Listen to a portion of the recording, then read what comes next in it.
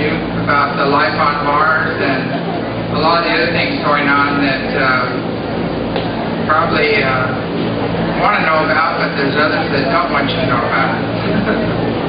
Anyway, we're going to go ahead and get started. I believe Andy, you're going to go first. Thank you, James. Our presentation today is entitled Discovery of Life on Mars, and we're going to cover some of the material that I covered in my paper in 2008 entitled Discovery of Life on Mars.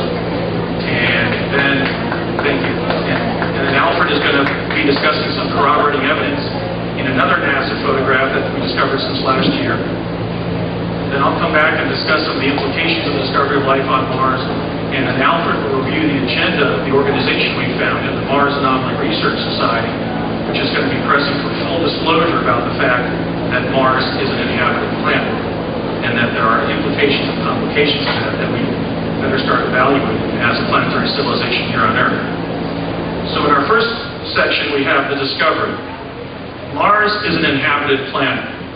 Evidence that Mars harbors several types of human beings, numerous animal species, and elaborately carved statues is contained in PIA 10214, PIA 11049, and other NASA photographs that Mars is presently evaluating, and that we've found humanoid life in as well.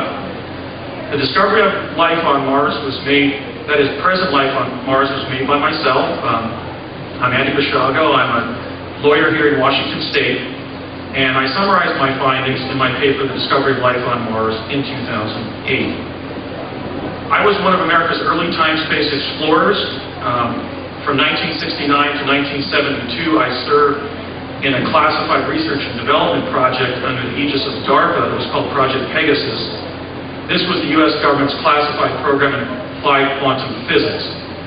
In that capacity, I took part in revolutionary experiments in teleportation-based time travel, which was operational by 1970. There were two emphases, essentially a Tesla-based teleportation technology and devices called chronovisors, which were electro-optical devices developed by two Vatican scientists, Ernetti and Gemelli, which allowed for real-time moving holograms of past and future events.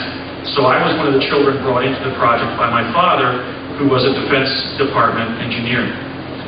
As a result of the childhood experience that I had of jump teleport at the old Curtiss Wright Aeronautical Company facility in Woodridge, New Jersey, and popping out in the state capitol grounds in Santa Fe, New Mexico, in the early 80s I was tapped to be one of the individuals who would teleport to Mars, which I did from a CIA facility located in El Segundo, California. Yes. Teleport means to travel through a vortal tunnel in time-space that's opened up artificially and to pass through it. Essentially the opposite of the form of teleportation described in Star Trek. We were physically going through an interstitial chasm in time-space. Yes, and my research over the last 10 years is I've collected multiple data points establishing that I was in New Mexico as a result of teleporting there. So that's another story. Now there are data points between my childhood experiences and the Mars discovery in the sense that because by 1970 the U.S. government was sending personnel forward in time and recovering artifacts, one of the things that happened to me when I was on Project Pegasus as a child is I was permitted to read my 2008 paper, The Discovery of Life on Mars. So that's why I referenced this here. They were bringing things like books back, and because they thought this was a significant paper, they had me read it as a child and try to remember as much of it as I could. But of course, it was a work of original authorship then in 2008. My discovery of life on Mars is now the target of a disinformation campaign defaming me and also distorting the evidence that I've published that Mars is inhabited. This is being done both by past and present employees of NASA, working in the mass media, and even figures within exopolitics. One thing that we want to make clear as we start off is that the Mars cover-up by NASA is linked to the quantum cover-up by DARPA and other U.S. agencies. The U.S. fears that were to affirm that life exists on Mars, the public might learn that the U.S. has been sending individuals to Mars via teleportation for over 25 years and has placed secret bases there. I'm speaking out now because I believe that as the natural heritage of humankind, human beings on Earth have a right to the truth about the natural history of the solar system that we inhabit. The discovery of life on Mars is a major work in natural history that achieves over 50 firsts in science.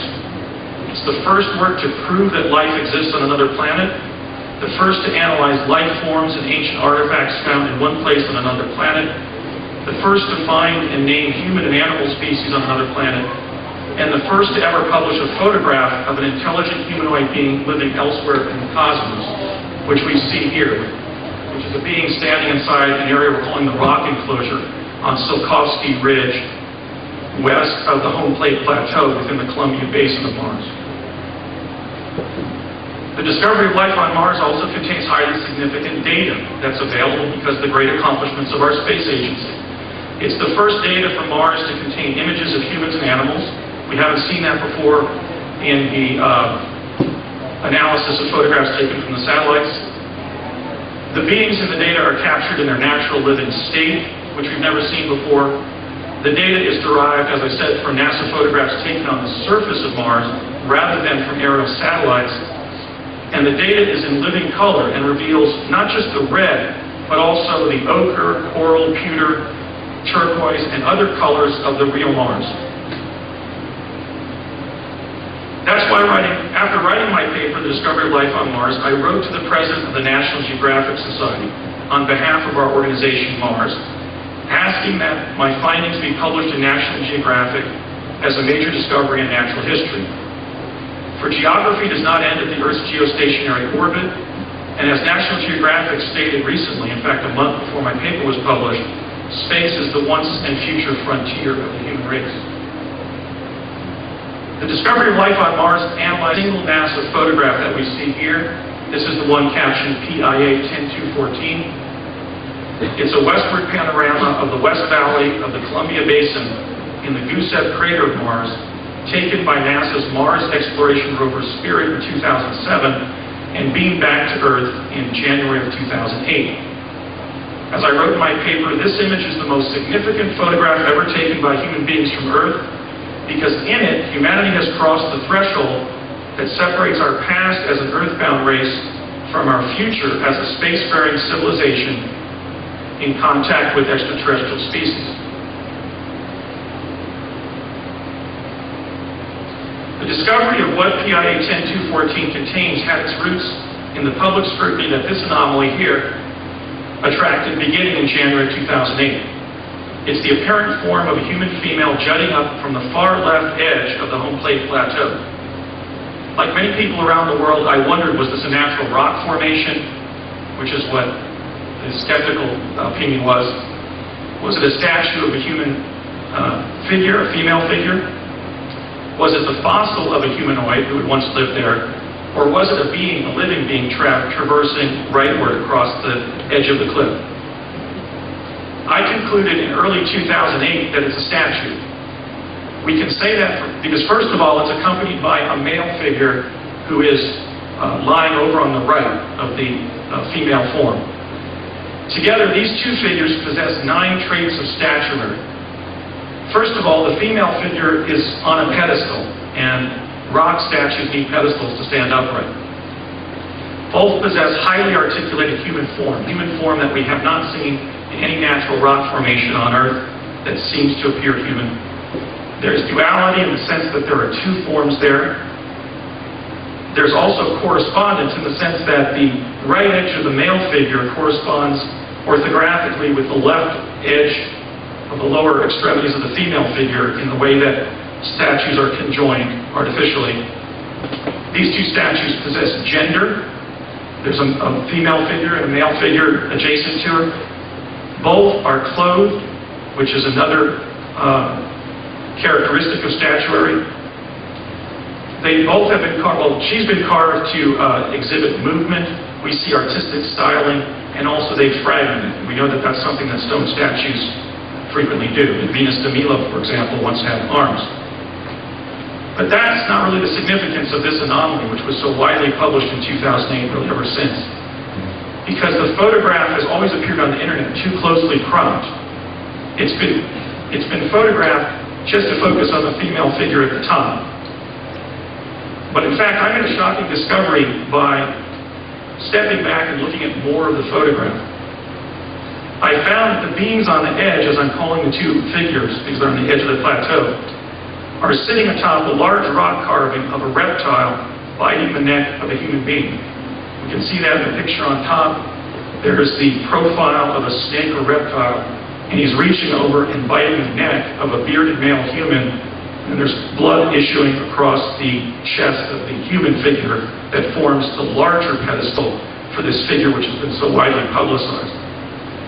Then I found something even more disconcerting. I found that beyond the statue, in the arroyo to the west of the home plate plateau, lies a field of humanoid bodies.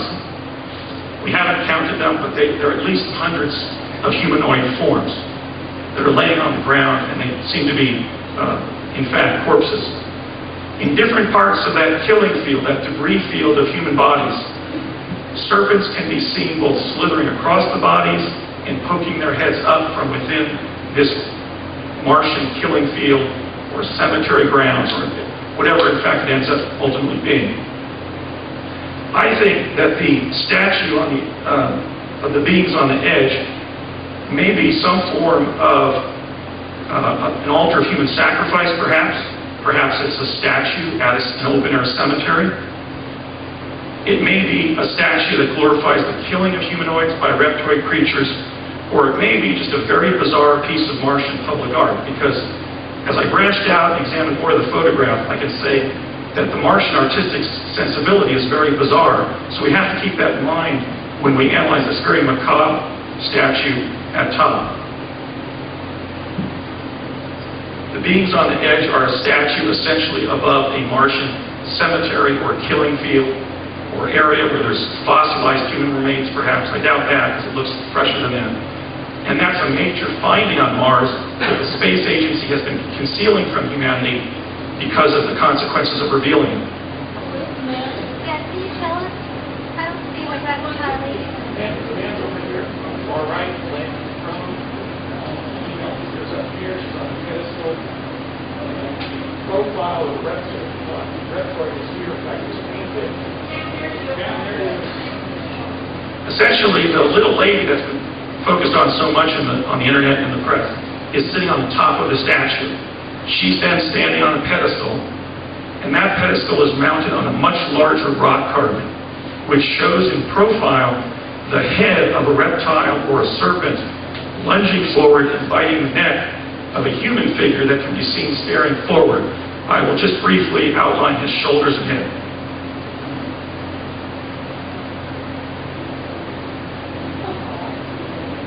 Okay, so there's a three-dimensional form, and then there's a more two-dimensional rock carving that they're mounted on.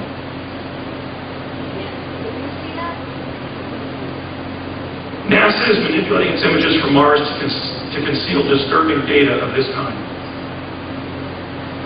First, it's manipulating scale so that vast vistas of Mars are condensed within very small photographic parameters.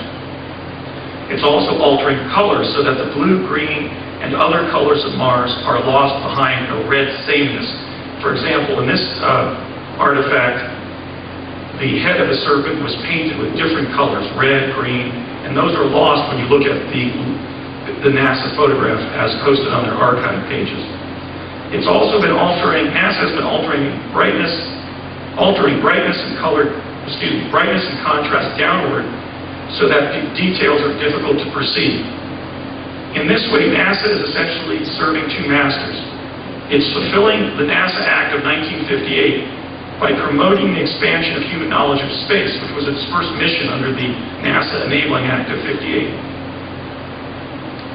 But it's also complying with the decree of the CIA's Robertson Panel of 1953 to suppress all evidence of extraterrestrial life. Having been on Mars, and in fact, as we were leaving on the second trip, I was with a CIA agent by the name of Courtney M. Hunt. There was a creature over on our right, and I said, "Tell me that that's not a predator, Courtney." And in fact, he said, "Well, sorry, friend, it is." And we were maybe about 40 feet from the apertures to the Martian underground, under these large skull-like structures that dot the landscape of Mars. And he said, when we get about 20 feet from the portal there, from the head, just start running like hell. And we leapt in to this skull-like statue, like let's say baseball players would dive into their dugout, as this thing sort of hit the aperture there, and fortunately we were able to flee and get back into the Martian underground where their civilization is. So having been chased by one of these plesiosaurs or plesiosaur-like creatures, a creature that did not survive the KT extinction on Earth, and also having been aware of the fact that on Mars, statues of heads and skulls and masks are used to conceal openings to the Martian underground, I wondered what had happened on the surface of Mars since I was up there several times in 1981. So therefore, throughout 2008, I examined NASA image PIA 10214, finding what I wrote at the time, that it holds a cosmic treasure trove of pictographic evidence of life on Mars, including humanoid beings, animal species, carved statues, and built structures. Here we see one of the statues of the head, and these are in fact large objects, and the eyes provide access to concrete bunkers, so to speak, that are access to the Martian underground. Thus far, we've identified 5 typologies of humanoids in NASA photograph PIA 10214 that I identify in my paper. The first typology are humanoid beings with large bulbous heads and spindly bodies, not unlike the gray ETs that have been cited in the literature of alien-human contact for decades, but whose ultimate origin remains disputed in ufology and largely ignored within exopolitics. This kind of humanoid can be seen standing in the rock enclosure on Tsiolkovsky Ridge. This is the first humanoid being ever discovered on another planet to be published on this planet. Here we see the humanoid standing in the rock enclosure. Those aren't 4 rocks, there are 3, and the body of the humanoid is breaking up a large rock at the back. This is identifiable on the internet, in NASA's photographs. Yes? Were the photographs better if they're like blurred? Well, essentially you can't see the data when you look at the NASA photograph. So I imported them into a program and took out very small sections and then enlarged them. And that results in blurriness, but it also defeats the NASA cover-up regarding what's actually in the photographs. Here's another area in the photograph. It's over on the far right of 10214, where this first typology of humanoid can be seen sitting around what we're calling the rock garden near this grotesque human skull. Let me point to the beams. One here, one here. There's actually 5 or 6 sitting around as if they're recreating in front of this grotesque humanoid skull. Here's an enlargement of 2 of the humanoid beings on the left side of the grotesque humanoid skull. The apparently female figure has multiple appendages, as we can see on the upper right of the picture. The second typology are transparent forms like glass totem poles. Some Mars anomaly researchers think this is a photographic effect when animals move while spirit is taking their picture.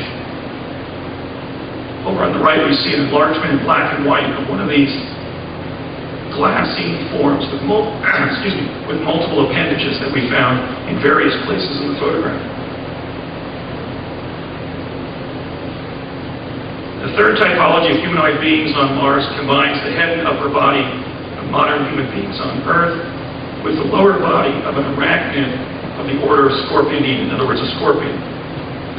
A colorful example of one of these scorpion men can be seen in the turquoise field in the upper right quadrant of 10214. He has a horn on his head, is situated in front of smaller creatures that may be his progeny, and he's looking up towards the rover spirit. His bright turquoise body matches the color of the bright turquoise rocks that dot the Martian landscape.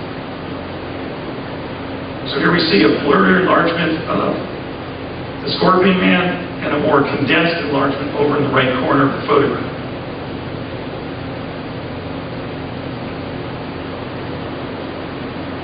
The fourth typology are the forms that are almost all head, like the comedic form that we've christened Mr. Potato Head, which might not be a life form at all, but rather a big cartoonish building or statue. As verified in other NASA photographs that we've analyzed, the Martians have a penchant for including statues of large comedic figures like this in some of their village areas. So they tend to decorate neighborhoods with large comedic statues that resemble, let's say, floats in the Macy's Thanksgiving Day Parade. The fifth typology are the humans that can be seen in different places in the photograph. They are bald, wear black or blue caftans or gray jackets, and resemble old men on Earth.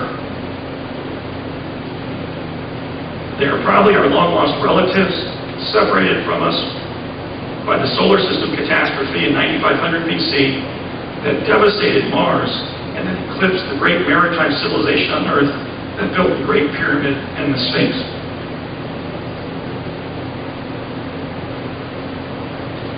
In addition to humanoid beings, there are many different types of animal species on Mars, numerous animals. 10214 contains photographic evidence of 4 categories of animal species on Mars, seen as either living creatures or as statues. The first category includes animal species that exist on Earth at this time, or that closely resemble animals that presently exist on Earth. In this category, we would place elephants, a platypus or hippopotamus-type figure, horses, cows, frogs, tortoises, serpents, and snails, although I have to add the caveat that the snail on the far right has the head of what we would consider a human being. It's a snail with a hominid's head in the front of the photograph. The second category of animal species on Mars combines the elements of animal species that inhabit Earth at this time. I'm a trial lawyer by profession, so my voice is gone at this point. I've been in trial for a couple of weeks. The second category of animal species on Mars combines the elements of animal species that inhabit Earth at this time in its biological history, and that from our perspective are hybrids of living animal species on Earth, to include this animal that combines the traits of a dog, has a dog-like face or a lion-like face, and a furry body that nonetheless has the form of an octopus, but is terrestrial rather than aquatic in nature. The third category includes reptile species extinct on Earth. In this category, we can place the plesiosaur, which is often proposed as a solution to the Loch Ness, Lake Champlain, and Lake Okanagan mysteries. A reptile with a bulky body like a tortoise and a long neck like a snake, Plesiosaurus is quite common on Mars, but did not survive the KT extinction on Earth. They're so commonplace that we've actually taken this image on the left of this plesiosaur as the logo of our organization. The fourth category includes animals that have never existed on Earth. This category encompasses several animals that are unlike anything that has ever lived on Earth to our knowledge.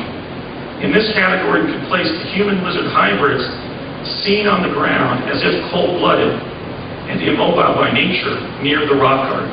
So there are also many of these very flat lizards crawling around the surface of Mars. In this category of animals never seen before on Earth, we can also place the species that I call the woofie. I'm trying to give these creatures names that school children can identify and kind of destigmatize the whole fact that the red planet is inhabited. The woofie could be mistaken for a sagebrush or tumbleweed on Earth were it not for its puppy dog face. So it's essentially a big fluffy creature. When you step back from the image, you can see a figure that we would think would be the dog of a very cute puppy on Earth. These and other animals on Mars defy classification by any known system on Earth. We would include among them a curious animal whose giraffe-like head can be seen peering from behind the cliff, literally within feet of the rover Spirit. This animal has red lips, a patch of blue beneath bulging eyes, and a crest atop its head like some dinosaurs possess. I'm calling this the spine giraffe because it's giraffe-like, and it's looking up from behind a rock at the rover Spirit. And of course, the colors we're finding in these animals correspond with the beautiful colors of Mars, the reds, the blues, and we might conclude could in fact be camouflaged. We can draw two conclusions about the variety of animal species on Mars as shown by the small sample of animal life on Mars in photograph 10214. first reptile species abound on the red planet. Here we see a living plesiosaur on the left and a dead plesiosaur on the right. We've also concluded that reptoids are engaged in widespread predation of humanoids on Mars. Here we see very disturbing images of reptoids consuming humanoid prey. Mars is what Earth might be like if the smaller dinosaurs had survived. So here we see a turtle-like reptile chomping on a humanoid, and there's the lower extremities of a humanoid laying over on the right. On the photograph on the right, a humanoid is laying on his right side. His legs, the bottom part of his legs have been bitten off, and there's a reptile or turtle-like head of a larger creature standing behind him as if guarding his quarry. Reptoid creation may be the cause of the human bodies that litter the valley bottom, where they are sort of fructifying in a sticky morass, as if decaying corpses. These corpses can also be seen on the home plate plateau itself, deposited in great slag heaps, as this center photo shows. At right, a serpent can be seen slithering across the bodies as a humanoid being tries to extricate himself by walking out of the morass of bodies. Now, when we look at the fact that this photograph shows archaeological evidence of a possible altar of reptilian sacrifice of humanoids, forensic evidence of hundreds, possibly thousands of humanoid bodies, and biological evidence contained in the last photo that reptoid predation of humans is commonplace on Mars, we have to ask whether the reptilian agenda identified by researchers like David Icke may be germane to the whole solar system. And if that's the case, I believe that my findings may be of interplanetary security significance. Let's take a look at some of the carved statues on Mars. So far, I found numerous carved statues in PIA 10214. Just on Tsiolkovsky Ridge, one of the prominent landforms there, I found 12 statues of humanoid and animal heads.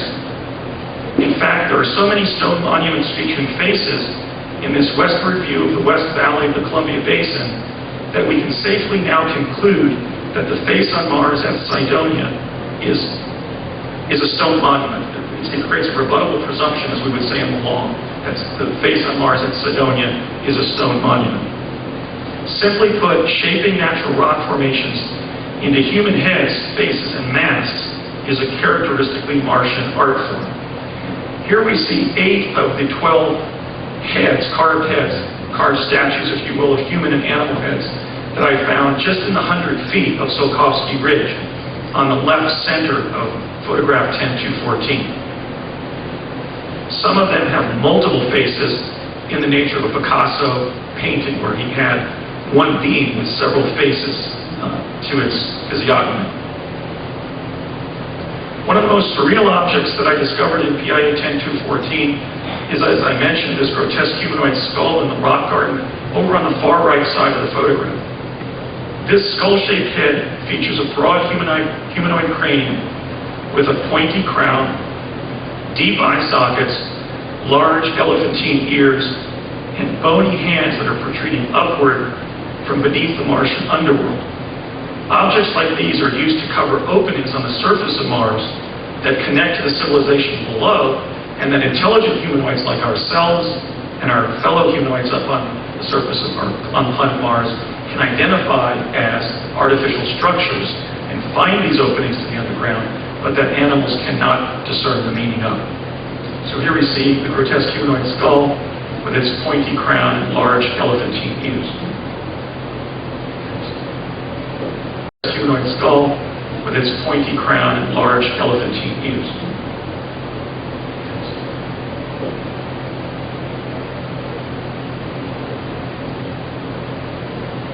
Two of the most striking statues in 10214 are the face of a boy and the head of a dog, which are found along the jagged edge of the home plate plateau, again very close to the rover Spirit. The face of the boy on the upper image here has been cast in a bronze metal that has oxidized and is adjacent to the mask of a medicine man, carved from the native black, coral, and turquoise bedrock of the plateau itself. The head of the dog has been made to look very brutal, even menacing. Martian statuary reveals an artistic sensibility that might be described as weird. So in the lower picture we see the face of the dog, which resembles a more vicious breed of dog, perhaps like a Doberman Pinscher here on our planet. Next to the face of the boy, we can see a humanoid form struggling up the terraced steps of the cliff. We don't know whether this is part of the statuary complex or an actual being, but you can see him in the bottom half of the photograph, walking upstairs with all four appendages. This exquisite complex might be a shrine, a vista point, or a power spot where religious rituals, nature walks, or spiritual healings take place. One of the most striking works of art on Mars, this sacred location, which we're calling Shaman Point, may one day be regarded as one of the most impressive works of large stonework in a natural setting in the solar system, the Martian Mount Rushmore.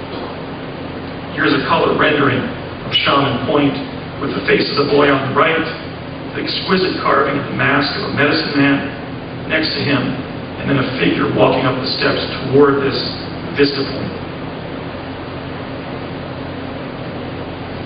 Here we see the face of the dog, which provides cover for this lion giraffe looking over the rock.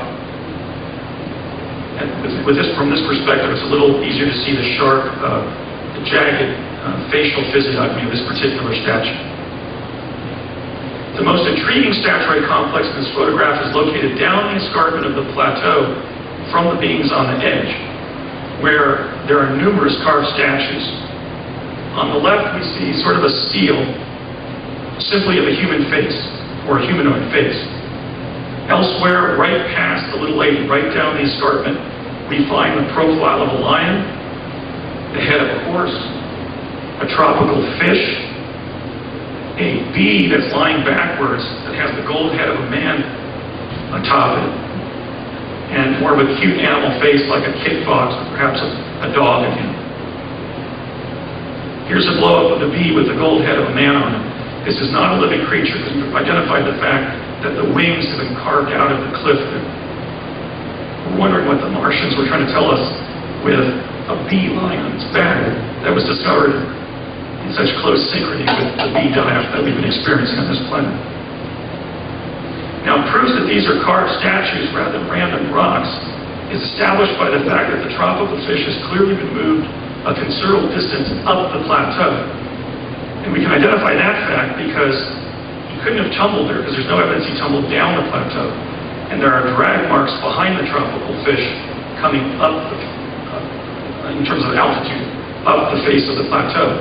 So, presupposing that the laws of gravity and motion and so forth are in place on Mars as they are on our planet rather, we can conclude that this indicates that this is a rock that was not only carved, but then pushed into its present location. The drag marks, of course, resembling, let's say, the marks that you leave in a carpet when you push a heavy piece of furniture.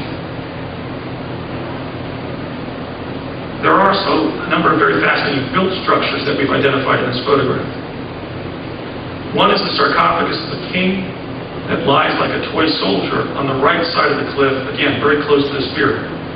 He has a hat that is identical to the one worn by Nefertiti on the iconic bust of her found by the archaeologist Borchardt at Amarna, Egypt in 1912. These colors are several of Mars' elemental colors. I'm speaking of the dark turquoise blue of his vestments and hat, and then the blood red and drab green banding, which we also find on Nefertiti's hat. We believe this establishes the connection between ancient Egypt and ancient Mars. The sarcophagus might be an ossuary containing the remains of an Egyptian pharaoh, early Mars explorer, or governor-general of the Mars colony from the time before the solar system catastrophe of 9500 BC, when ancient Egypt and Mars were part of an interplanetary civilization. This form that we're calling the water sprite might be an aqueduct. There's an water is scarce on Mars, but we know that it exists there. There is an azure blue lake immediately beneath Husband Hill on the right horizon in the photograph. On a desert planet, human survival would depend on sophisticated waterworks, perhaps disguised to resemble artworks like this to protect water supplies from interlopers. So we don't know. This may be a statue. It may be a sophisticated viaduct of some kind. We've also found this intriguing face of a bull that appears to have been forged from metal. Its discontinuous design is reminiscent of the drawings of M.C. Escher. This terrace structure might once have served as a dwelling or a viewing platform at a vista point that overlooks the valley that we see in this photograph. We can see that the object has multiple levels. Next to it is the head of a lizard. It may be the fossil of a large reptile or dinosaur, but we know that, like a sculpture, it's hollow because we can see several tiny Martians standing in its mouth on the front edge of the lower part of its jaw. And now I'd like to turn it over to my good friend and distinguished colleague, Alfred Lambermont Weber, to provide corroborating evidence of what we have thus far found in PIA 10214.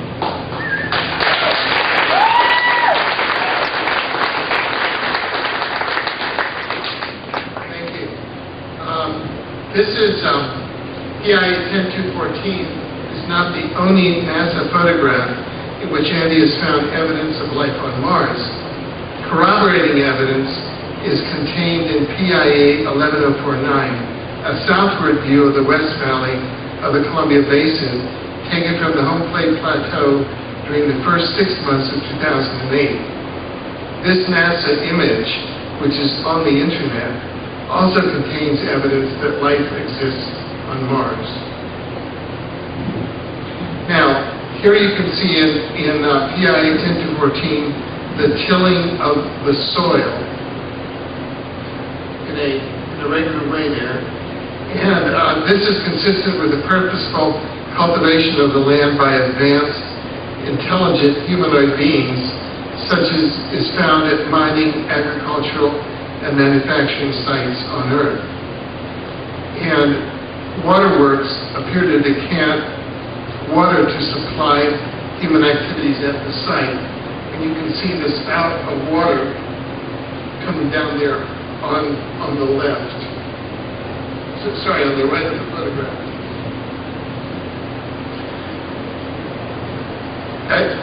At the right side of the site is a built structure resembling the head of a bear. Water can be seen falling from a pipe into a cylindrical catch basin. And humanoid beings can be seen standing in front of the catch basin as if approaching a public bath or water well. And on the right is a close-up of the catch basin and the water. At the time that Andy found and published his evidence of moving water and artificial waterworks on Mars, NASA was announcing that it had made, quote, the chilling discovery of ice on Mars. One way that NASA is perpetuating its cover-up of life is to conceal major discoveries while publicizing minor ones in this way. i.e., running water was discovered. NASA announces at the same time that, ice exists on Mars. Near the falling water, a hodgepodge of different statues like those found in archaeological digs on Earth at places where statues were once made, such as an artist's studio or a foundry, litters the site. The statues are highly imaginative and arrayed in a chaotic way. The statues include the profile of a man in light blue on the left, a screaming being in the middle, and a bulbous-headed being in pale green on the right. The man resembles a human on Earth, but the other two beings seem to possess the neoteny of the prototypical alien. The animals found in PIA 11049 include the Martian bear cat, which can be seen ambling along the ground with a human in its mouth. That's the left. The rock hopper in the middle, possibly a monkey, and the primate that Andy has named the Sendak on the right, in honor of Author Maurice Sendak, who's where the wild things are presage some life forms on Mars. And here's close up the Martian bearcat south of the home plate plateau. And here is close up and a closer photograph of the rock hopper hopping along a rock on Mars. See him there on the left. And here is a sendak on Mars. And you can see from the reproduction of the Maurice Sendak book cover where the wild things are with a sendak and other than the animals.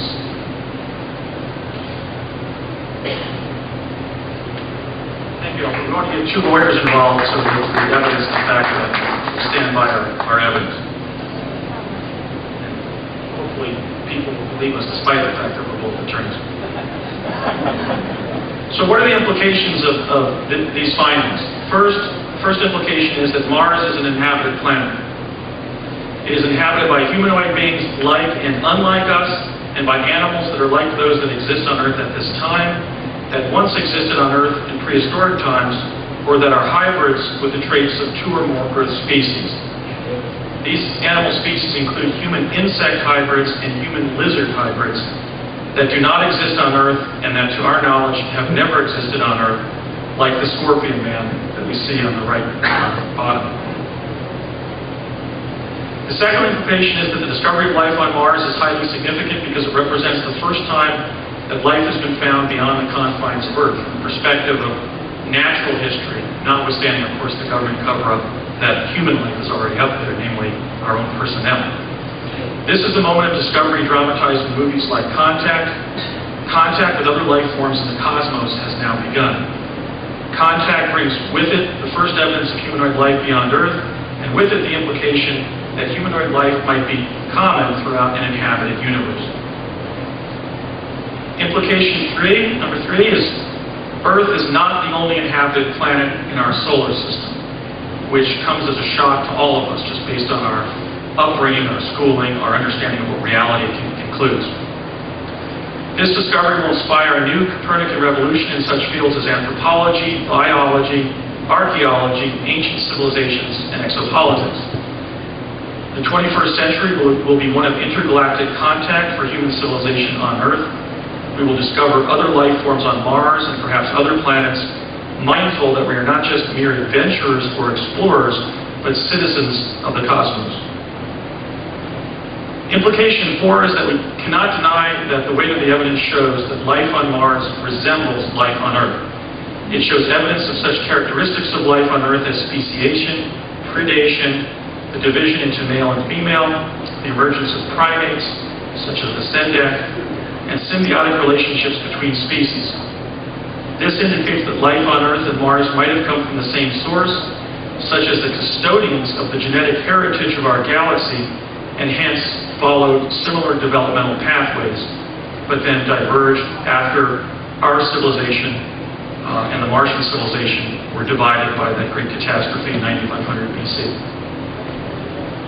The fifth implication is that the anatomy of one type of Martian humanoid helps us solve the UFO mystery, in the sense that it confirms that life exists beyond our planet, that such life includes intelligent bipedal hominids, and that a humanoid on Mars conforms to the quote-unquote aliens found in the literature of alien-human contact.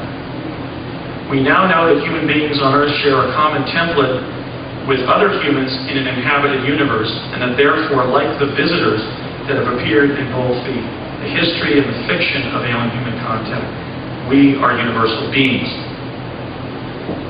Implication 6 is that Mars is a site of ancient artifacts of great archaeological significance, of utmost archaeological significance, that reveal the presence on Mars of an advanced, intelligent civilization that has been there for a long time. The similarity of archaeological forms on Earth and Mars indicates an historical linkage between our two planets, specifically a critical connection between ancient Egypt and ancient Mars. Knowing the true history of this connection might optimize our chances of survival against the forces of solar system cataclysm in the future. Implication 7 is that human activity, such as that by the United States and Russia, present and future, because it's our position that the United States is already up there, and publicly the space agencies of the United States and Russia are announcing their plans to place manned missions on Mars. These types of human activities should account for the diversity of humans, animals, and ancient artifacts on Mars, and carefully plan to protect these natural resources from the externalities of the mission. To do otherwise would violate the precautionary principle and the prime directive as they relate to the ecology and civilization of Mars, respectively. Simply put, Mars does not belong to us. It belongs to the Martians and all of its creatures, and we must respect that fact if we are to do the right thing as we continue our activities on the Red Planet. Implication 8 is that the evidence of life found in the Columbia Basin is so abundant, esoteric, and diverse that that fact alone deserves further scrutiny. The data provided by PIA 10214 is so dense in establishing life on Mars that it could be called a veritable Disneyland of Martian ecology and culture. So why is that? We can't discount the possibility that the discovery of life on Mars in this context has involved a Martian or NASA educational scenario that is directed at us. We should explore further to determine whether and why this contact event might have been staged at this time in the Gusev crater of Mars, but we cannot exclude the possibility that this is in fact a planetary psyop of some kind. Implication 9 is that a reptilian power structure may be committing mass genocide against the mammalian humanoid population on Mars. At least that's where the weight of the evidence leads us. And that U.S. military operations may already be underway on Mars to protect the humanoid population there. If this is the case, then we will have to decide publicly whether to intervene on Mars in defense of established jus cogens norms outlawing genocide against humans. And Mars defense policy will have to be openly debated because it implies a law and policy matter of tremendous gravity, that is, interplanetary warfare. And then the 10th and final implication is that looking at it, hopefully, the discovery of life on Mars is clearly one of the epochal events of the 21st century and begins a new chapter of the human adventure in outer space. Humanity has now crossed the threshold of first contact with other biological species in the cosmos. The question that I'm posing that now confronts us is not, shall we permit the belief that Mars is inhabited? That was the previous question. The new question, the relevant question to be asking is, how shall we think about it now that we have knowledge backed up by evidence that another planet in our solar system harbors life? So now, having looked at the implications of this discovery, I'd like to turn it over once again to Alfred Lambermont Weber to discuss the agenda of our organization, the Mars Anomaly Research Society. So part 4 of this PowerPoint is the agenda. What do we do now? Well, Andy's findings are a vital issue in exopolitics, and I affirmed his findings and do affirm them. And I have published them at our website, which is www.exopolitics.com, and you can find the main paper there, a 41-page paper, The Discovery of Life on Mars, and approximately 30 other papers which you can download in PDF for free. And I've joined Mars as the chairman to craft a Mars agenda. And I recognize now that Mars is being visited and settled, and it must be protected from visitation, exploration, and colonization by human beings from this planet. So step 1 in what we do is public education. And we're going to be going around North America and the world educating the public that Mars is an inhabited planet with a fragile, beautiful, and diverse environment that is worthy of protection. That NASA photographs, PIA 10214 and 11049, and other pictures on the internet contain images of Mars, several human species, and many animal species. that some of the beings on Mars are humanoid beings just like us and are probably related to humans on Earth. That the discovery of life on Mars will now bring an end to official state secrecy about extraterrestrial life. That NASA is concealing the existence of life on Mars and the U.S. presence there, even though its legislative mandate from 1958 forward was to promote, quote, the expansion of human knowledge of space. And finally, that the keepers of the consensus reality will try to have us believe that we don't see what the plain evidence of our eyes tells us we see, but that the truth that Mars is inhabited will prevail. Secondly, we are seeking, and we believe all of us should seek, presidential recognition, and we'll be lobbying the Obama administration to make the presidential statement that Mars is inhabited. To hold that the discovery of life on Mars requires the formulation of laws and policies governing humanity's interaction with Mars, and to adopt the precautionary principle to protect the ecology of Mars and the prime directive to protect the civilization of Mars. If we look at presidential recognition of life on Mars would be a major accomplishment of the Obama administration. It would help heal the rift between Earth and Mars that followed the 9500 BC solar system catastrophe. In other words, 11,500 years ago, approximately, Mars and Earth were united at the social level. It would promote American leadership in the exploration of space by having a presidential recognition of life on Mars, as it was American technology through NASA that discovered life on Mars. And it would protect the future by extending international environmental law to ecosystems on other planets. Step 3 is disclosure, extraterrestrial disclosure, disclosure of life on Mars. And we'll be lobbying the Obama administration to release secret U.S. government documents pertaining to the Mars cover-up, including the presence of U.S. personnel on Mars now. To disclose the U.S. government's knowledge about the past history and present conditions of Mars, and grant amnesty to federal whistleblowers who disclose classified information about Mars. And to reveal whether the U.S. government's agenda for Mars includes a plan to colonize it or to seize it for strategic military advantage. At the same time, our organization is going to file a lawsuit under the Freedom of Information Act, FOIA, to request disclosure of U.S. government secret Mars files. We're going to hold a press conference at the National Press Club announcing the discovery of life on Mars and the filing of the FOIA lawsuit. And we're going to urge whistleblowers to disclose what they know about the U.S. government's secret Mars agenda and place that on the Mars website. Public interest diplomacy, step 4.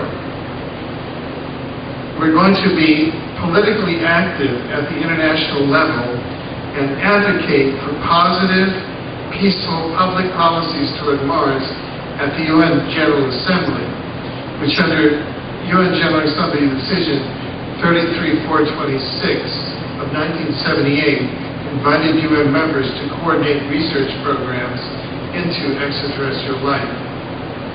We're going to pursue formal acknowledgement of human and animal life on Mars and the Martian civilization by the UN General Assembly. And we're going to urge establishment of a UN Mars Protectorate to assess the impact of terrestrial probes on the Martian ecology and civilization. Finally, in terms of organization building, we're asking for your help to help us implement this interplanetary agenda. We're a nonprofit corporation chartered under the laws of the state of Washington.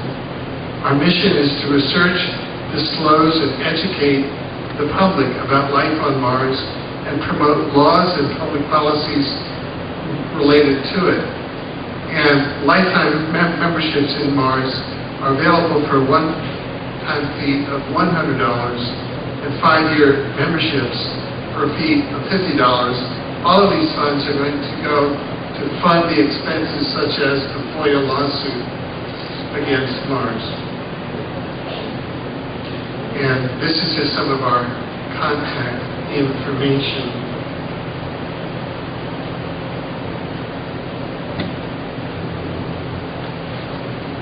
And now I'd like to offer some concluding remarks. It's my hope that we explore Mars in a spirit of brotherhood and fellowship, not just among ourselves, but with the Martians. We are all children of God, and we must now become citizens of the cosmos. I think some of you may be aware that I've taken a lot of criticism for declaring that Mars is inhabited. In fact, most recently, in a 3,000-word hit piece written by Ray Ballard, the news director for NASA's Hubble Space Telescope, who wasted the public's money to fake 3,000 words, distorting what I included in my paper and other writings, even disparaging my academic credentials. Now, why would NASA task the news director of the Hubble Space Telescope to do that if I wasn't working in a significant area, or in other words, if nothing had been discovered and I wasn't sharing valid data with the public? But that's criticism that I welcome. I don't want to lose sight of the fact that my critics are my brothers and fellow human beings. And this is a very disturbing discovery.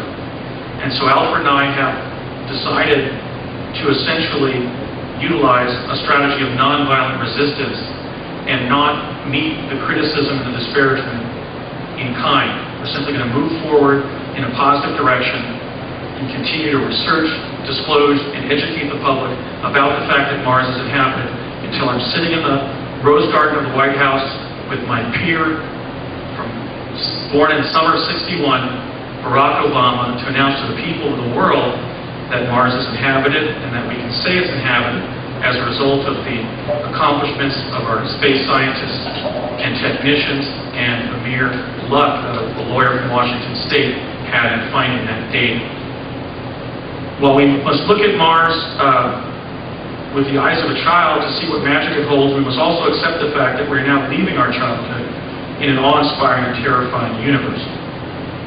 For the first time, all the citizens of planet Earth may now behold life on another planet. I view that as a cosmic privilege, both a cosmic privilege to personally have been involved in the discovery of life on Mars, and also a cosmic privilege that everybody in this generation possesses, because we were alive on planet Earth when life was first discovered on another planet. So I'm urging us to explore the universe in a spirit of human solidarity with respect for each other and those we encounter as we journey onward and upward to the stars. Thank you.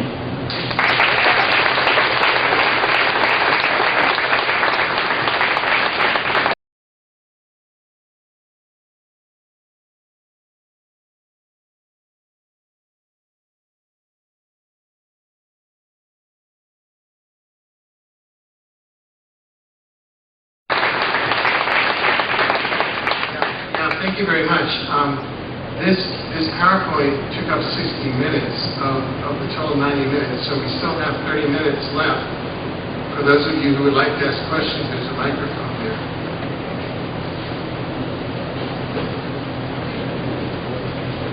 Yeah, I would like to, well, first of all, I would like to very much congratulate both of you for an exceedingly positive, open-hearted, humanitarian type of project.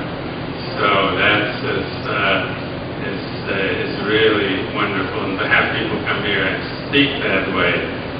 Now, as a scientist, I want to ask you something about how you see the realism of your mission. That the way I see things is that we have had a change in an instant government, but not a change in permanent government. The permanent government has bombed the WPC a few years back. That is a heinous act. If the permanent government is still in charge, are they going to be open-hearted enough to try to save civilization on Mars? That seems to be a sort of question of realism assessment. And I wonder what your thoughts are on that. Well, you point out an important issue, which is that the Mars cover-up is an intelligence function of the permanent secret government. We're now trying to bring that activity into the light of day, because I believe it was Justice Brandeis who said that sunlight is the ultimate antiseptic. So, in answer to your question, we don't expect that the permanent secret government is going to bring about peaceful relations on Mars. We believe that we will bring this information into the light of day, and ultimately national governments that are involved in space exploration and the UN itself will then chart a positive course, create a Mars protectorate, and require all the governments in the world that are visiting Mars not to colonize it, but to show respect for both its ecology and civilization. And I would point out that this isn't just a philosophical issue, because back earlier in June of this year, astronaut Buzz Aldrin called for colonization of Mars. In fact, in an essay for CNN that he wrote, it was published on June 23rd. So already we have individuals who are luminaries in our civilization and space science, who I don't think you could say are part of the permanent secret government, but are some of the luminaries of our overt space program, who are calling for inappropriate activity or actions in regard to Mars. So we don't expect the permanent secret government to achieve that. We're hoping to wage a disclosure campaign here so that the people of the Earth can do that jointly. I have been taking pictures of orbs, and in these pictures I have been seeing these animal faces and these cartoonish faces that until just now I couldn't make sense out of. And it appears to be the same type of things that you fellas have exposed on Mars that are showing up in these photographs. And I was wondering if you had any prior information about that, or have you seen any of that in our photographs or anything? That's a very, very good question. Clearly, the research that is published in my paper, The Discovery of Life on Mars, I believe does resolve the controversy over the face of Mars at Cydonia. That is a carved statue. Carving natural rock formations, such as boulders, into human and animal faces is essentially the leading Martian art form. Many areas are just littered with carved boulders. And their artistic sensibility is very ecotopian in the sense that sometimes the faces don't leap out at you until you examine the data very closely. Now, having said that, regarding our rock carvings, in other areas we find these village patterns where there are much more ostentatious comedic statues, almost look like balloons or kinds of figures of comedic forms that we would find, as I mentioned, in Macy's Thanksgiving Day Parade. So this, again, is part of the bizarre garishness of the data. In one location in the photograph, we find what looks like a killing field or an open-air cemetery of some kind, with a statue up on the cliff showing a reptile biting a human's neck.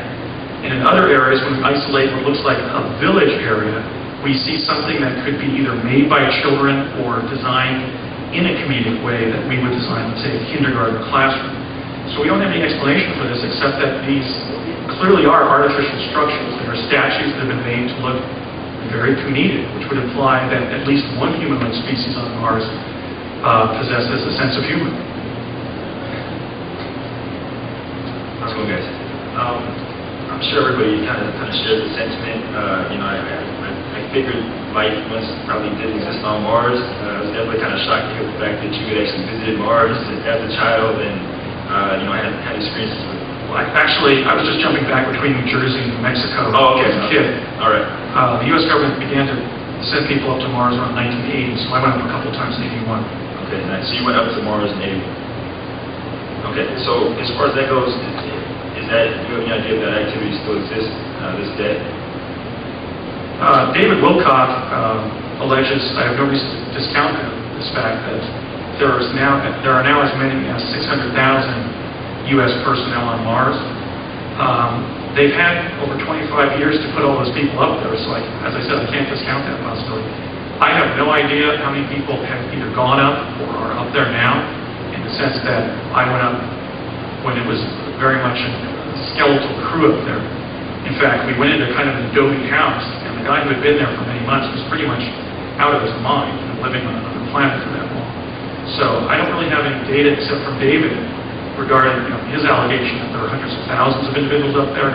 I'm just confirming the fact that we were teleporting people there from junk rooms that are in the possession of the U.S. intelligence community over 25 years ago. So we certainly have the time to put hundreds of thousands of U.S. personnel up there. Is it like a instant type of thing? I just have one more question. Is it just like an instant? 1 second you're here, 1 second you're there, or is it at the same time? Essentially, the teleportation device that we were using back during the Project Pegasus days were two elliptical-shaped booms that propagated kind of an energy field that you would jump through. When you jump through this energy field that looks sort of like water falling on a public water sculpture, you would find yourself moving at a great rate of speed through kind of an illuminated interstitial chasm in time-space. And there was nothing on the receiving end. You just popped into view somewhere else where they were setting the device. I did a lot of that from 69 to 72 when I was a child participant in Project Pegasus. The jump rooms that they use for Mars apparently involve a related technology, a different experience. You basically stand in this elevator-like structure and you start to see that it's being illuminated around the corners. And as the trip to Mars continues, the elevator becomes less square and more sort of oblate or circular and cylindrical. And then you arrive at an underground location underneath, the Mars underground, and then you can take stairwells and so forth up through these statues that litter the surface to walk around on the surface. The first time I went up there, I went up by myself, but I was greeted by some humans who were standing around the sculpture that I came out of the underground in. So I think because I was so terrified to be on another planet, it was certainly a derastinating experience to be standing on another planet. The second time I went up with Courtney Hunt, the CIA agent that they had put in my life from around 1980, 81 time frame again. And we walked around for several hours, not across a great distance, but just sort of walked around looking at different things. And I'm going to be describing that in an upcoming interview with Yuri Delbenko, so I'm going to go into the whole backstory regarding, my time travel experiences with the government. The reason it's significant is because, among other things, as I mentioned, the paper that I wrote in 2000, I was permitted to read as a child. So there are these overlaps between my experiences in Project Pegasus as a kid and then this breakthrough regarding Mars. So we felt if we announced all that simultaneously, it would tarnish the credibility of the natural history data that's in the paper. But now I'm rolling it out because it's an essential part of the story.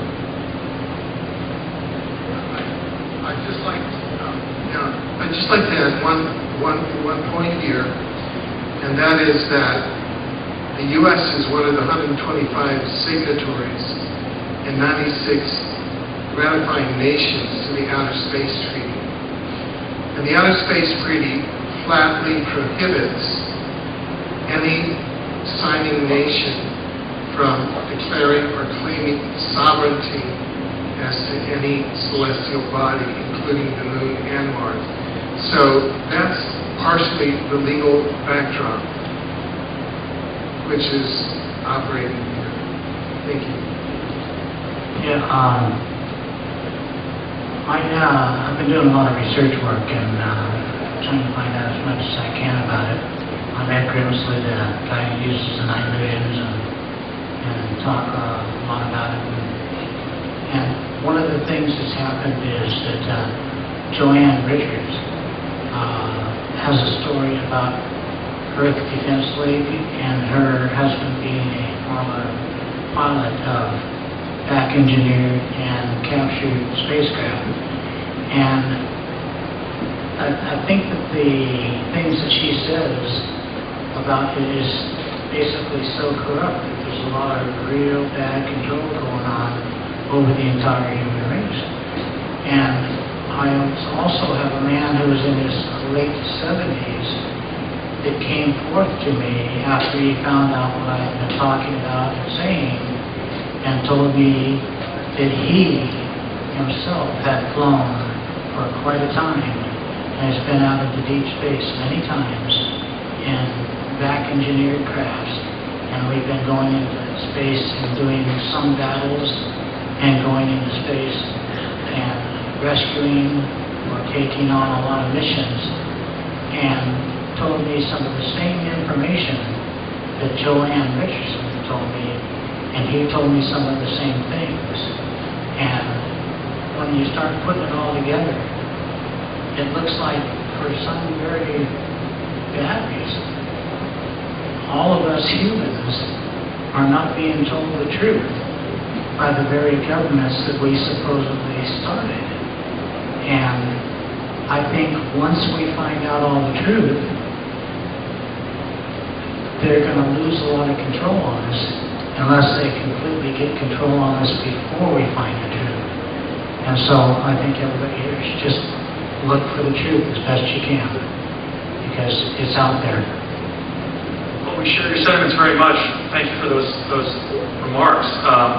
We view this essentially as a truth campaign, and that's why we don't want to answer the hostility of unfounded criticism or character assassination or so forth in kind, because that's just going to try and to divert our attempt to identify what the truth is and share it with others. And I think that in this sense, the disclosure movement is as significant as the abolition movement. You know, obviously the abolition movement was about freeing human beings from physical bondage, and I think the disclosure movement, if it's going to fulfill its historical destiny, is going to be about freeing people from metaphysical bondage. And at a minimum, that involves everybody on the planet having access to the true natural history of our planet and the other planets in our solar system, and not have that information sequestered within the cult of intelligence, which is where it is presently sequestered. My grandfather told me in 1961 that about how he was the first cousin of Mamie Eisenhower, and Mamie's father was a Grimsley, married Dodd, and then Dodd married Eisenhower. And he called her after not seeing her. They were soulmates. And about 14, 15 years old, they hadn't seen each other for years and years. And he called her collect in the White House and talked to her for a couple of hours. And she personally told my grandfather that Eisenhower had went with a peace treaty with aliens, and that they were going to be doing some special space traveling and events into far space and the new future with knowledge shared. So, one thing I can share, because I experienced it, and clarify some of this literature about, for example, whether the teleportation technology was reverse engineered or given to us by aliens, such as in the context of President Eisenhower's meeting. When I was on Project Pegasus, my dad was one of the project engineers. In fact, he was the liaison between the Ralph M. Parsons Company and the Central Intelligence Agency on the project. And we had lunch one time in Albuquerque, and he said, quote unquote, most of what we're doing in the project comes from the works of Nikola Tesla. So I think it's incumbent on me to share with people the fact that teleportation is an American invention. It was invented by a brilliant Serbian-American immigrant inventor named Nikola Tesla. When he died in January 1943, there were two teams racing to his apartment in Manhattan. Two were FBI agents and two were War Department officials. The War Department officials got there first and sent Nikola Tesla's papers to the place on Earth where it would make the most sense to send such papers, namely to the physicists that were then gathering in Los Alamos, New Mexico, to build the atomic bomb. That's the true history of the Philadelphia experiment, and that's what the Philadelphia experiment cover story was scripted to conceal: the critical historical linkage between a great American inventor, Nikola Tesla, the teleportation technology that he left in his papers in '43, and the participation of the Los Alamos physicists in prototyping those devices, even to figure out what they did, which is the true history of American time travel. Okay, thanks. And I spent a lot of time here, so thank you for your input. I think you're right on, okay? Thank you very much. Thank you. Hi, first I want to thank you for responding to your critics with peace in your heart and not more criticism. So thanks for not adding back to that. Thank you. Well, it's been difficult. I am a trial lawyer, so I've had to avert my Right? adversarial nature. But that's what we're going to do because it's the appropriate thing to do. This is an important discovery, and it's something that we should share in a spirit of love, peace, and joy, as Brooks Agnew addressed, and not in a spirit of recrimination. Thank you. I wanted to tell you also that as I was watching the presentation, as a total layperson, like most of these photographs, I've never been on the website. This is all new to me. I've never seen these photographs before. And what I was wondering is, what I was wishing there was like maybe an overlay of an artist's rendition over the actual pictures, because I feel like the Indians that can't see the ships, I'm like, I can't see the ships. And then some of the photographs I could make out what you were talking about, but there's a lot of them that I was like, I just don't see it. So I was just wondering. As a matter of fact, we have an artist working as you speak to overline what we consider the iconic images, Right. like the grotesque skull and the Scorpion Man Yeah, and the different humanoids. Yeah. Yes, the Scorpion Man pretty much leaps out of people. At all of our talks, people are having no difficulty seeing that. We recognize right now that the images are somewhat blurry. I'm going to be partnering with an advanced photo imaging lab in Portland. In fact, I talked to them on Monday, again, about producing clear images. We're also going to be working with Picasa and some of the other software packages to improve the resolution and delineation of the images. The reason that we've avoided that, to include Photoshop in the images, is we wanted to spend about 6 months where we just presented the raw data so we couldn't be accused of photoshopping the data. But we're going to begin striving for greater resolution of the images and also do the overlays of what's there. Sure. I'm also wondering if there's any plant life. Plan for what? Is there any plant life?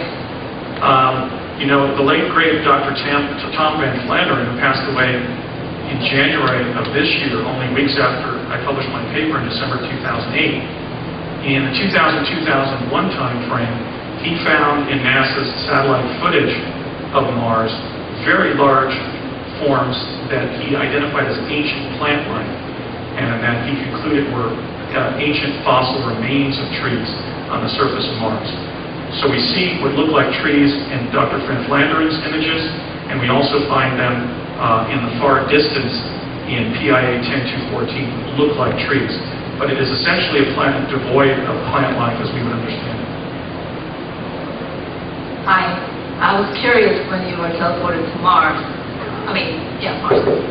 If you had also been teleported to any other planets, because I've heard of somebody who had been on Venus, and also if you met any humanoids on the surface, and if you were inside, and if you met any humanoids. Yeah, no, I just did 2 trips to Mars in '81. I had a background as a kid dealing with the psychological and physiological sensations of teleporting. That's why I believe I was tapped to do that. I was pressured throughout the summer of '81 by the CIA agent Courtney M. Hunt. I verified his background with the CIA and everything. And it really ultimately wasn't that any more stressful than flying from, let's say, San Diego to Seattle, except the awareness that we were on another planet, which at least initially I had some difficulty dealing with. By the second trip, I was more relaxed. Now, during the first trip, there were some human beings like us who were project personnel standing outside one of these skull-like structures when I walked from the underground onto the surface.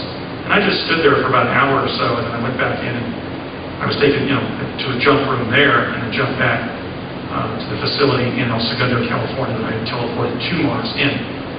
Do you know if they were from Earth or if they were from Mars?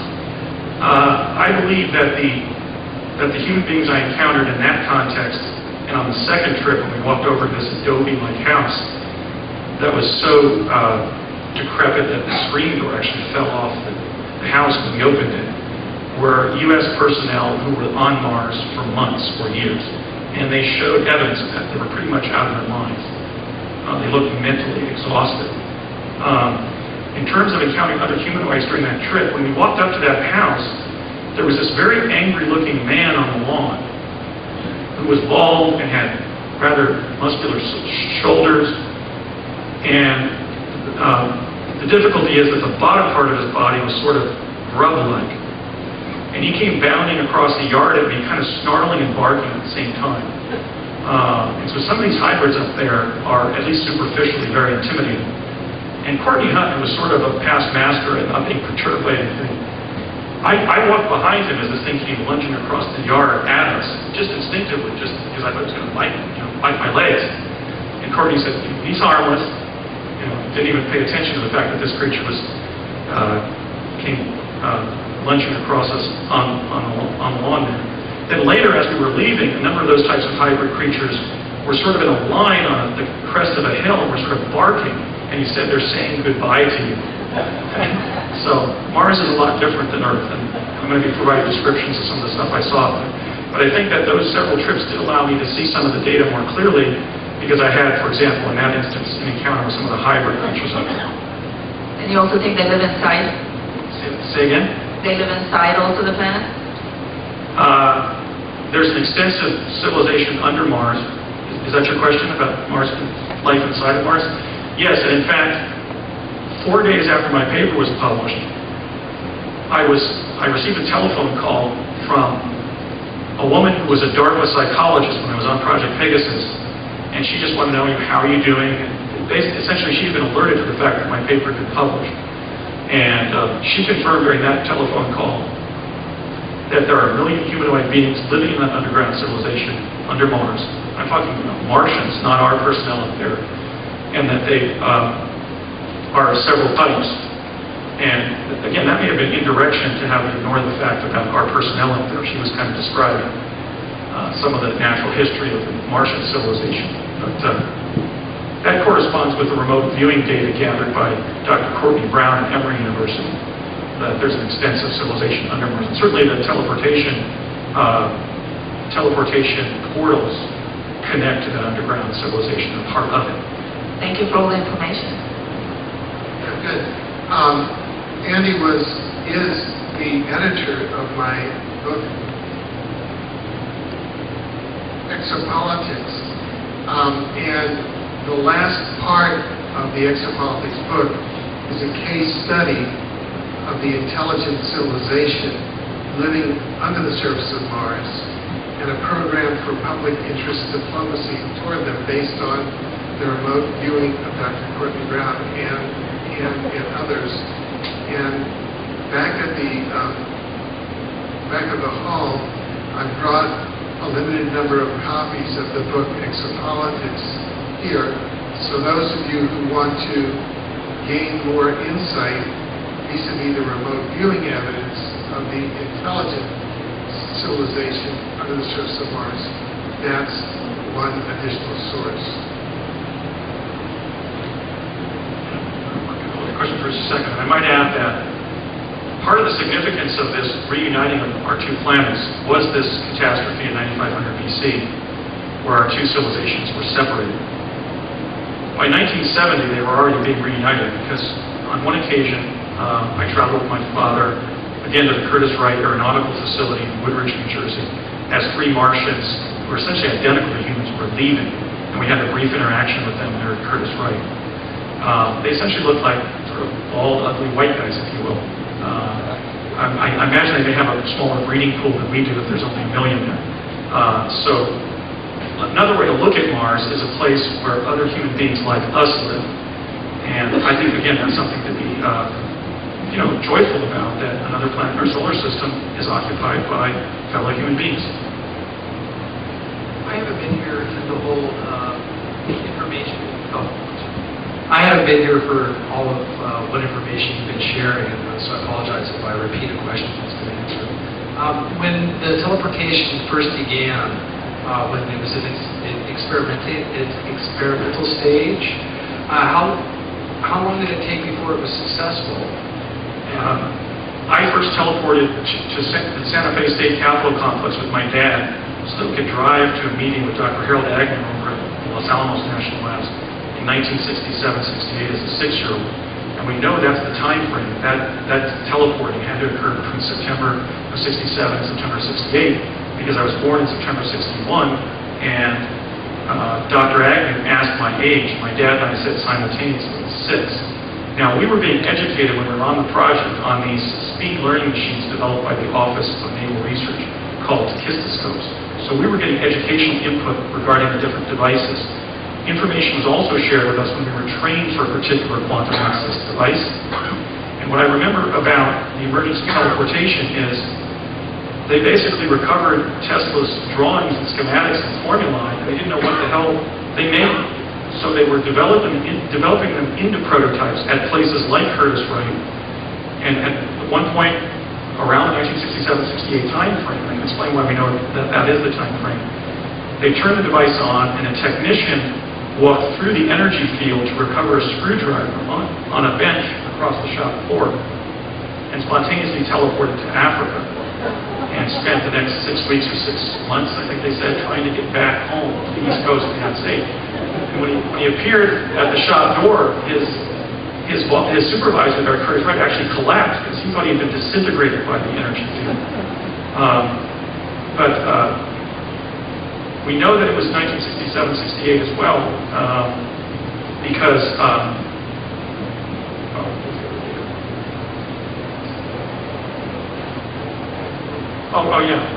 Dr. Agnew asked me my age, and we know it was that particular trip that was my first exposure to the experience of teleporting. So, the best as I've been able to sort of correlate the data. I just thought the anecdote that is also established at the time. When we went to Dr. Agnew's office, he said to my father, "How was your trip?" And my dad said, "Fine and fast."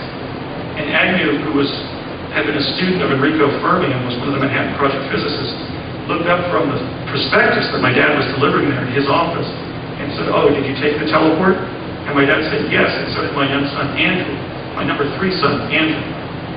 And my dad then let a few pause go by for a while, didn't want to settle it. And then as Agnew was reading the report, my dad said to Agnew, "Have you tried it yet?" And Agnew said, "No, but I want to." And I infer from that in that time frame, 1967-68, teleportation was a new toy to Defense Department scientists and engineers like Dr. Harold M. Agnew and my late father.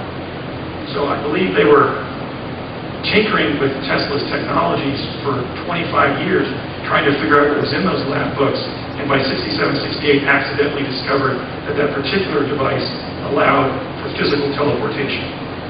And one more question. Do you know what the farthest distance is so far that one has been able to teleport? Well, I know by 81 we were teleporting to Mars, and that's as far as I can place it. One of the problems in teleportation is the correlation between the physiological limits of human beings, like the respiration, the distance, and the speed of the teleporting. In fact, I remember my father saying that the first 3 Navy enlisted volunteers in the teleport device at Curtiss-Wright asphyxiated because their air that they dragged into the Bortle tunnel expired before they reached their destination. So I don't believe we're traveling in distant space with teleportation because there are limits to what the time traveler can withstand inside the Bortle tunnel. So just how long? Thank you. Thank you very much. Thank you.